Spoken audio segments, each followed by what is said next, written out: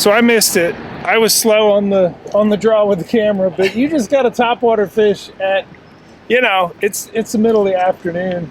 Yeah. When's it the right time to throw topwater? When do you put down the jig and say, I'm not bottom bouncing? It's more geographical or topographical, if you will, than it is anything else. Anytime you come across a shoal like we're sitting behind right now, it comes out of deep water, comes up, and it's just a big rock top all across in front of me right here. And it's only about 1.5 foot deep or 1 foot deep. So it creates a ripple all the way across, like a ledge. And then just taking that Whopper Plopper, throwing it on the push water, which is the water before it gets to that hump, and pulled it back over top of it, man. It's usually money any time of the day. Nice. Show me what you got them on. So yeah, this is the monkey butt. Monkey butt. Yeah. I love when they come up with fun names I know, for right? things. That's a monkey butt 130. Is it 130 Whopper Plopper? That is the 130. I only throw the big ones. Nice. It's always works. So. Very cool. Yeah. Nice catch, man. Thanks, bro.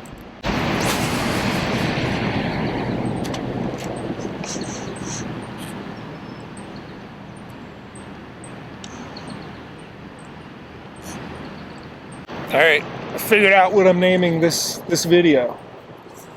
You just described for us the proper plopper place, and now you can tell us how fast to retrieve. That's the proper plopper pace. Pace. How fast? Show me. Well, if you get the proper plopper pace in the proper plopper place, then you go catch a fish. You go catch a fish every time. I see a spot right there. Yeah, you're lobbing it right at that little disturbance. Yeah. And you're just to the right of it. Yeah. You're in the neighborhood. I'm in the zone. It's something that came up shallow right there that caused that disturbance, and an otherwise slick pool. I mean, it's flat out here, which is deep. That's the. I think that's the big trucks. Oh, there is. All right, not done with this video of Jody explaining some of the nuances of fishing Whopper Ploppers. You're used to my videos where, I do the illustrations. We got one coming up here, not there. There's some illustrations. There's some more, and I'm gonna pause this. Jody is quite an artist, and we're gonna talk about how he fishes this, what he's looking for, what little disturbances on the surface of the water. I don't know, man. I don't want to tell you what to draw, but well, I mean, you got some materials there. Go for it.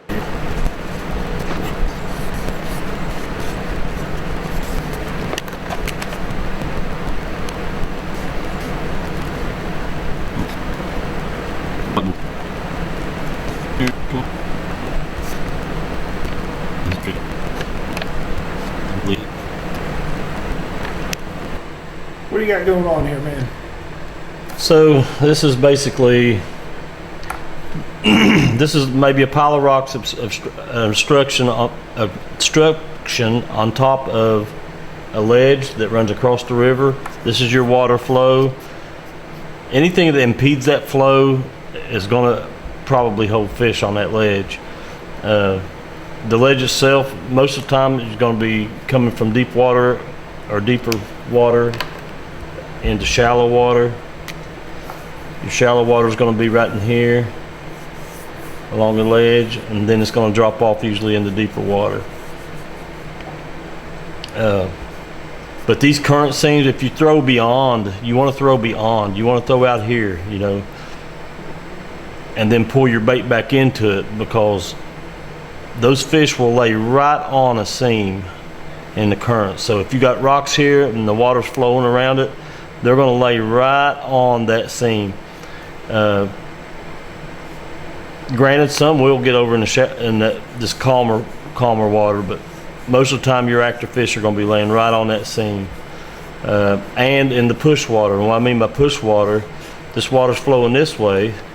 So what's happening is this water is pushing up against this ledge here. It's out in front of the ledge. So that is your push water. Anything that's in front of the obstacle is push water. Same way with a shallow shoal or anything like that. What happens, that water it hits that hump and it just builds up and then it spills over. I always fish below and above, but most of my good strikes and the active fish are going to be laying in this push water. Even above obstacles like this, you'll find fish laying in this push water in front of these. What happens is these bigger fish, they're greedy.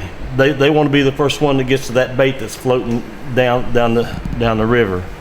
So they want to be the first ones to be able to get it. And a lot of times those big ones, they'll get right off of a corner or they'll get just right in front of something so that they've got the position. You got a grass bed in there too, huh? Yeah, and a lot of times these grass beds are usually shallow in the river up in the grass, and after the water does get up, they'll move into these grass beds, but a lot of times the grass beds are just another obstruction and the water flows around them, and you want to get as close to them as you can and just work your way out. Always throw beyond and pull back into. Always throw beyond and pull back into. Beyond and pull back into. I like your representation, this sunburst of like fan casting all these different targets, the current seams, the grass bed edges, the push water right above it. Right. Well, you want to position yourself to where you could hit all those areas and get those casts in. So I'm covering a lot of territory right there. If I've got more than one object to throw at, you want to get as much of it in as you can. So in this ledge system, I mean, is there anything that you would say is a subtle overlooked kind of target in here? Yeah, most people overlook this area right here, right in front of a rock, right in front of the grass beds. They think that water's moving too fast, or the fish aren't going to be laying upstream and in that swift stuff. But a lot of people overlook that, and I catch a lot of big fish around, just around the edges of the obstacles themselves in the push water. But that it looks like it's coming down there really fast. But those fish will tuck up right against the rock, and right the very farthest point up where that water starts that bend and comes around, they'll tuck right up into that rock. The whitewater paddlers refer to this area there and there where there's calm water immediately upstream. They call it the pillow. The pillow. Because when your kayak comes down and you hit that spot, you actually slow down. Yes. In the middle of crazy fast current, because right there and there, it's like you're anything. in the middle of screaming fast current. Yeah. They're in one little spot, and it's room for one fish. Yep. And they're in there, and they're not working. Exactly. They're just looking, waiting to eat. All it takes for them is just a little twitch of the tail every now and then, and they can lay right in those areas. You'd be surprised how the water all around it's going to be flowing really fast, and then there'll just be a little current seam or a bull or something like that, and they'll lay right in it.